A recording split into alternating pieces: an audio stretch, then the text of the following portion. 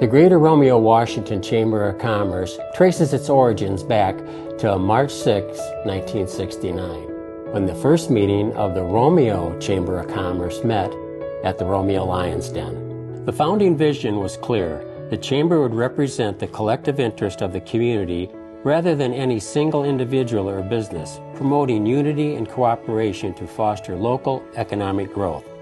At this initial meeting, 24 people signed up for the membership, marking the beginning of what would become a long-standing regional institution. Shortly after its founding, on March 20, 1969, the organizing committee established 4 subcommittees: programs, charter, membership, and finance, each led by local business leaders including Dick Early, Bob Stratton, Kenny Blank, and Larry Eric. The first formal meeting took place on May 8, 1969 at the Romeo Golf and Country Club, where a 9-member board of directors was elected. The chamber quickly became involved in community enhancement projects such as area beautification and organizing the Romeo Peach Festival Parade.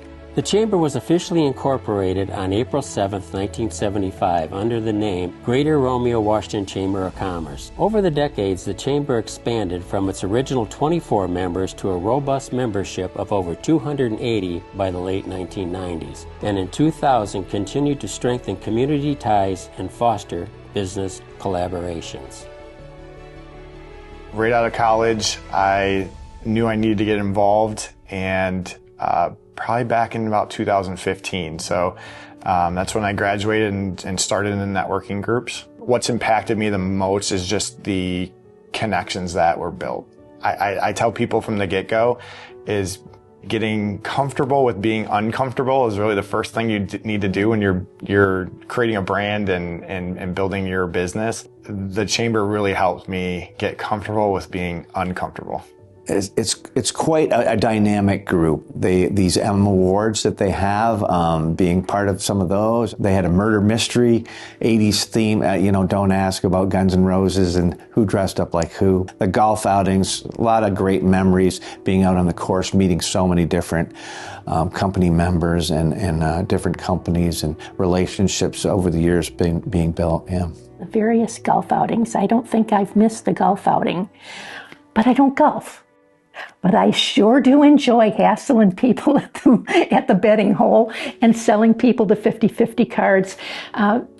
It's a great way to be light and enjoyable with people and get to meet them without the business aspect. We're just friends and sometimes competitors and just getting to know each other. We also did a lot of work leadership-wise. One of the meetings, we had a couple of new members, and as part of an icebreaker was everyone had to write on a card something that the other people there didn't know about you. And that was just really fun because I found out somebody rode a bicycle naked and found out that somebody went to a rock concert we didn't really think they would have. It was just really fun because you learned a lot about the people and then it shared stories afterwards.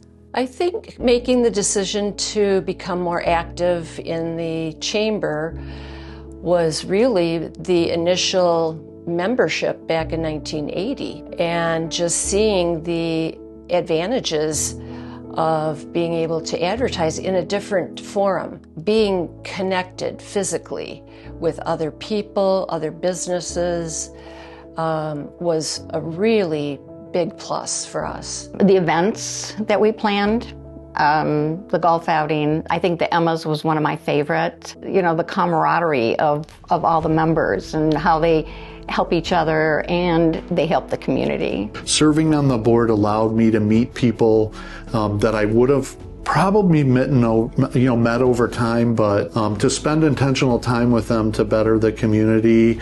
I can think of people like, Kelly and Donna All and Mark Losey and Steve Balsam. I probably would have met these folks, but it would have been more casual in passing. So to have that connection at the chamber board, I think benefited me to get to know the community and inherently benefit the school district because of the direct connection.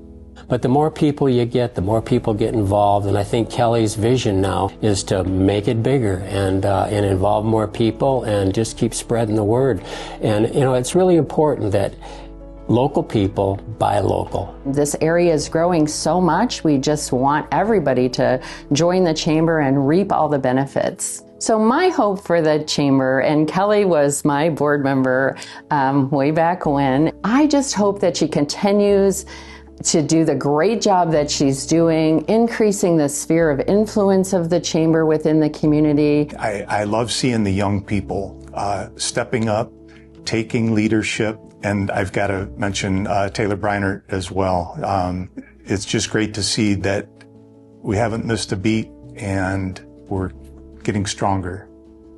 The Romeo Chamber does not only do business, but it's about community development and supporting the community events such as St. Baldrick's, the Peach Festival, supporting the school district. Hopefully they continue to do that and continue to grow and become bigger and stronger.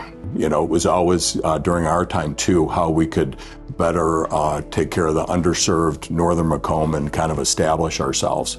And it wasn't until a couple years later that that actually came to fruition. But I think that's great. So I'd like to see the chamber continue to strengthen our community with Armada and through into Richmond and take care of the northern Macomb County. We would hope that it continues to snowball and gain notoriety. I'm certainly still acting as an ambassador when I hear about somebody new coming to town. They don't know anybody or where to get started. The chamber is a fantastic place to help grow your business.